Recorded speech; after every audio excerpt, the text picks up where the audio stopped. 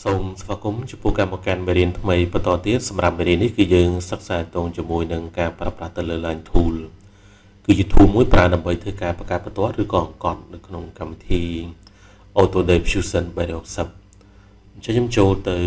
click យកពាក្យថា create sketch មានន័យថាយើងបង្កើត sketch ចឹងយើង click លើវាមកហើយបន្តមកទៀតយើងកំណត់ទៅលើប្លង់ដែលយើងចង់ធ្វើការ sketch នៅលើវានឹងអញ្ចឹងខ្ញុំ click ទៅលើប្លង់ front បន្ទាប់ពីយើងកំណត់ទៅលើ ប្លង់ front រួចហើយគឺយើងអាចចូលទៅធ្វើការ activate ទៅលើ line tool ហើយយើង click នៅកន្លែងនេះក៏បានឬក៏យើងចូលទៅកន្លែង create យើង click យកពាក្យថា line យើងក៏អាចប្រើប្រាស់ shortcut key គឺ SL ការនេះទី3គឺយើង right click យើង move cursor យកពាក្យថា line ដល់ពេលណាយើងចាប់ដើមធ្វើការ activate វាហើយយើងឃើញ cursor របស់យើងគឺដូរមករបៀបនេះអញ្ចឹងយើងត្រូវតែ set ចំណុចចាប់ដើមនៃអង្កត់ឬក៏បន្ទាត់ហ្នឹងយើង click វាមួយហើយយើង move cursor ឡើងទៅលើចុះក្រោមឬក៏ទៅទិសដៅណាក៏បានហើយក្នុងករណីដែលយើងកំពុងតែធ្វើការ move ហ្នឹងក៏យើងអាចធ្វើការកំណត់ទៅលើប្រវែងរបស់អង្កត់ឬក៏បន្ទាត់ហ្នឹងដោយបញ្ចូលតម្លៃលេខក៏បាន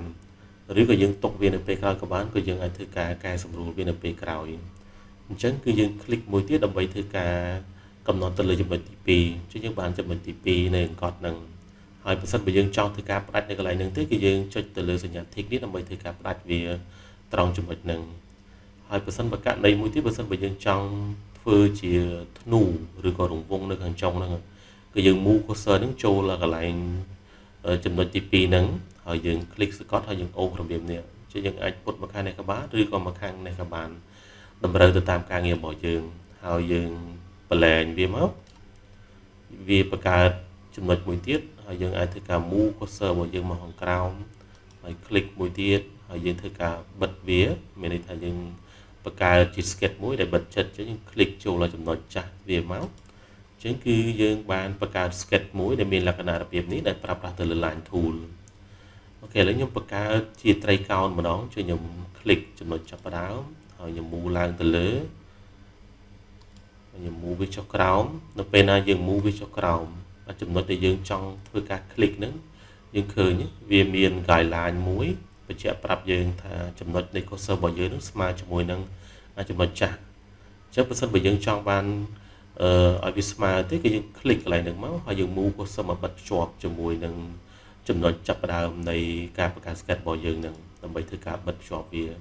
អញ្ចឹងគឺយើងបានបង្កើតត្រីកោណមួយដែលប្រើប្រាស់ទៅលើ line tool មួយទៀតគឺខ្ញុំចង់ធ្វើការបង្កើតចតុកោណកែងអញ្ចឹងខ្ញុំ click វាមួយបង្កើតកំណត់ទៅលើកម្ពស់របស់វាអញ្ចឹងដល់ពេលដែលយើង move វាឡើងទៅលើស្មើជាមួយនឹងកម្ពស់នៃត្រីកោណនេះអញ្ចឹងវាឃើញ guideline មួយប្រាប់យើងថា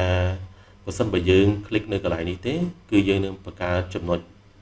នៃអង្កត់ហ្នឹងគឺវាស្មើជាមួយនឹងកម្ពស់របស់ត្រីកោណហ្នឹងអញ្ចឹងខ្ញុំ click វាមកហើយខ្ញុំ move ចុះក្រោមសូមត move វាទៅខាងឆ្វេងហើយ click វាមួយហើយ move ចុះក្រោមហើយយើងបិទភ្ជាប់វាវិញអញ្ចឹងគឺយើងបានបង្កើតចតុកោណកែងមួយដោយប្រើប្រាស់ទៅលើ line tool ហើយបើសិនបើយើងចង់ចេញពីវាទេគឺយើងអាចចុចទៅលើ escape ឬក៏យើង click កន្លែងនេះដើម្បីធ្វើការ activate ទៅលើ select tool វិញអញ្ចឹងខ្ញុំ click កន្លែងនេះមកយើងឃើញគឺវាដោះតែម្ដងអានេះក៏វាដោះដែរអញ្ចឹងសម្រាប់មេរៀននេះគឺយើងបានរៀនទាក់ទងជាមួយនឹងការប្រើប្រាស់ទៅលើ line tool សូមអរគុណសូមជម្រាបលា